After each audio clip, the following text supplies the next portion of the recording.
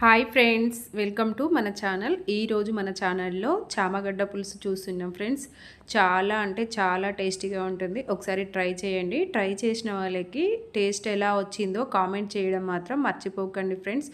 కొత్త వాళ్ళు ఎవరైనా చూస్తుంటే ప్లీజ్ సబ్స్క్రైబ్ చేసుకోండి ఫ్రెండ్స్. ఇప్పుడు మనం చామగడ్డ పులుసు ఎలా చేయాలో చూద్దాం. ఇలా చింతపండును తీసుకొని కడిగి నానబెట్టుకొని పక్కన పెట్టుకోండి. చామగడ్డల్ని ఉప్పేసి వాటర్లో ఒక 10 నిమిషాల పాటు ఉడకబెట్టేసి అలా తొక్కు తీసేసి ఒక ఉల్లిగడ్డ 2 పచ్చిమిర్చి కట్ చేసి పక్కన పెట్టుకోవాలి. ఇప్పుడు ఒక ప్యాన్ తీసుకొని ప్యాన్లో 2 టేబుల్ స్పూన్ల ఆయిల్, హాఫ్ స్పూన్ జీలకర్ర, హాఫ్ స్పూన్ ఆవాలు యాడ్ చేసుకొని అవి దోరగా వేగిన తర్వాత 2 ఎండుమిర్చిని కూడా ఇలా కట్ చేసి వేసుకోండి.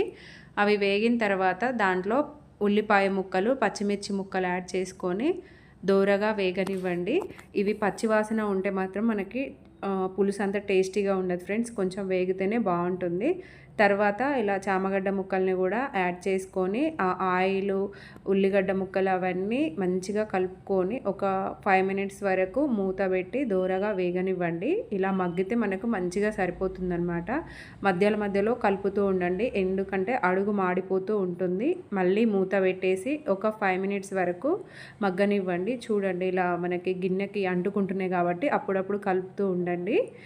ఇలా మూత తీసేసుకొని నేను కారము, పసుపు వేసిన క్లిప్పు మిస్ అయింది ఫ్రెండ్స్. మీరు మాత్రం హాఫ్ స్పూను పసుపు, 2 స్పూన్ల కారము, హాఫ్ స్పూన్ ఉప్పు యాడ్ చేసుకొని మంచిగా కలుపుకొని ఒక 5 నిమిషాలు మూత పెట్టి ఉడికిన తర్వాత ఇలా మనకి ఫస్ట్ చింతపండు నానబెట్టుకున్నాం కదా, ఆ చింతపండు రసం కూడా యాడ్ చేసుకొని ఆ చింతపండు రసము, కారము మొత్తం ముక్కలకు పట్టే వరకు కలుపుకొని కొంచెం కరివేపాకు కూడా యాడ్ చేసుకొని మూత పెట్టి ఒక 10 మినిట్స్ వరకు సిమ్లో మగ్గనివ్వండి. సిమ్లో పెట్టుకుంటే సరిపోతుంది మనకి మంట.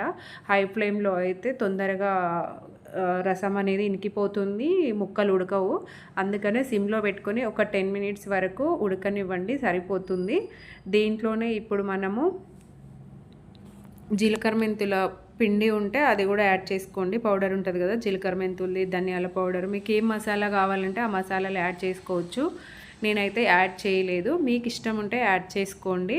చూడండి ఫ్రెండ్స్, ఇలా మనకి చామగడ్డ పులుసు రెడీ అయిపోయింది. చాలా బాగుంటుంది. అన్నంలోకి, చపాతీలోకి అయితే చాలా టేస్టీగా ఉంటుంది. సింపుల్గా ఇలా ఒకసారి ట్రై చేయండి. పిల్లలకి, పెద్దవాళ్ళకి అందరూ చాలా ఇష్టంగా తింటారు.